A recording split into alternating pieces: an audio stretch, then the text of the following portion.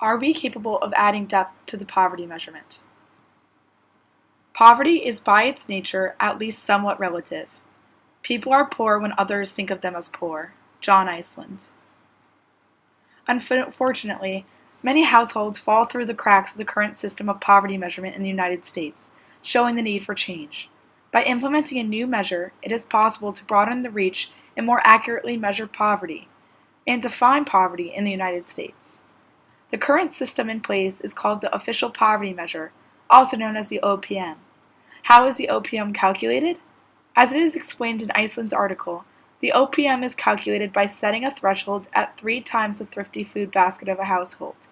If the household's annual gross pre-tax income was less than this threshold, then that family is considered to be in poverty. This measurement was created and calculated in 1963 and is still in place today. The attractiveness of the OPM lies in its simplicity. The only information the government needs to measure in order to calculate the OPM is the financial situation of a household. Therefore, other information that should be used in determining this poverty is overlooked. So what are the problems of the OPM?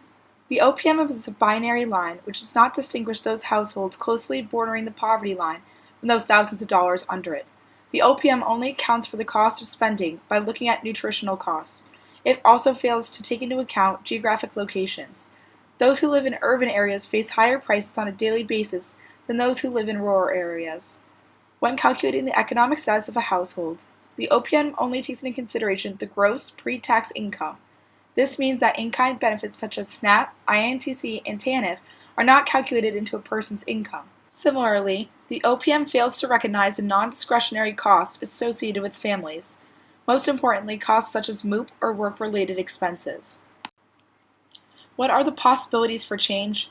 Short explains in her article that one possibility is the Supplemental Poverty Measurement, otherwise known as the SPM. The ultimate goal of the SPM is to fix some of the flaws presented by the OPM. The SPM is a poverty measurement which takes into account the in-kind benefits received by families and then subtracts non-discretionary expenses, taxes, and geographic differences of those households. The SPM is also updated for expenses on food, clothing, shelter, and utilities. The SPM, like the OPM, is still attractive in its simplicity. The SPM is easy to measure and calculate for each household while creating a more encompassing view of that household's situation when compared to the OPM. Is this an answer, a more holistic approach? While the SPM is more comprehensive than the OPM, there are still many households which are misrepresented and left behind by this binary line. The major problem being that the line is binary, generally absolute, and lacks overall depth. This creates large-scale issues. Poverty is not a distinct line separating those who are impoverished from those who aren't. Instead of a black and white line, it is a gray blob, in which each individual household faces unique problems. No two households endure the same disadvantages, so the poverty measurement should not pretend they do. What comes next? As explained in Sen's essay, The Quality of Life, poverty is not just a lack of financial resources, but a lack of human capabilities. A human's capabilities being an individual's ability to complete an action. Often, someone's capabilities are encroached due to a lack of financial resources, such as the inability to attend preschool or afford an upper education. In a perfect system, each household's capabilities would be evaluated and used in determining the economic status and level of poverty. This rids the black and white line drawn by the OPM and the SPM. In order to best determine if a household should be considered impoverished, poverty must first be defined. Under our measurement of poverty, poverty is the lack of economic or physical mental capabilities to participate in a healthy lifestyle, taking into account that a healthy lifestyle abides by the rule of two.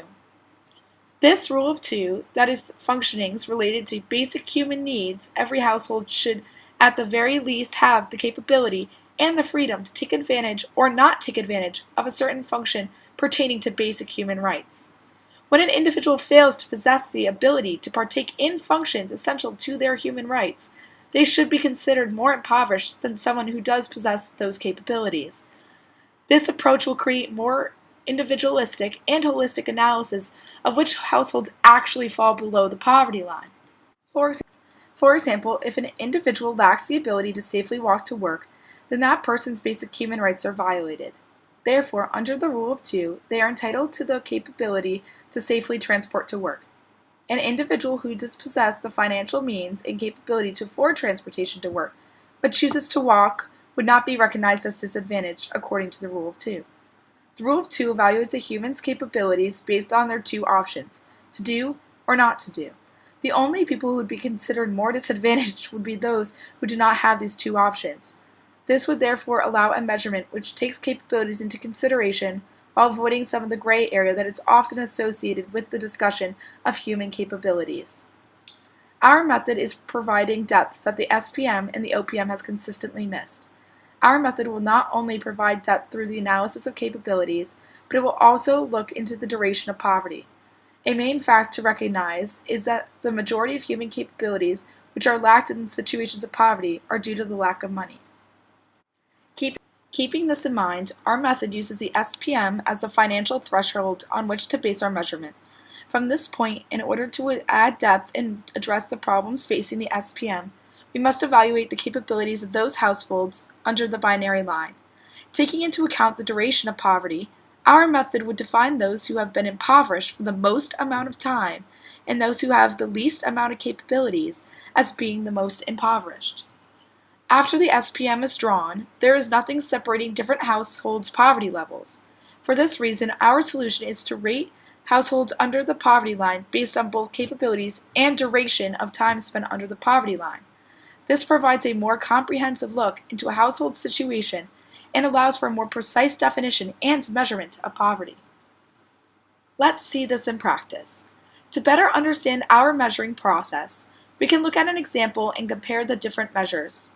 So let's compare two households. They live right across the street from each other, and both households consist of 3 people. In both households, the gross pre-tax annual income is $10,000. Since this is below the threshold for the OPM, they are both considered to be in poverty. However, they are both considered to be on the same level of poverty. If we use the SPM to measure if the household should be considered impoverished, we would add in-cash benefits to the $10,000 and then subtract non-discretionary costs from this total. This is still an absolute measure, and let's assume that even after taking this into consideration, both our families are still under the threshold. Are they both on the same level of poverty, and should they be considered the same? The SPM is a fine way to draw an absolute line, but it lacks the depth to analyze those households after the line has been drawn. In our example, both households will appear to be in the same situation. But if we take the duration into consideration and learn that one household has been in poverty for 10 years and the other household has been in poverty for 10 months, it might change our mind. By analyzing the duration a household has been under the poverty line, it can reveal a lot about the situation. Now, what if I told you that one household works 80 hours a week and the other household only works 40?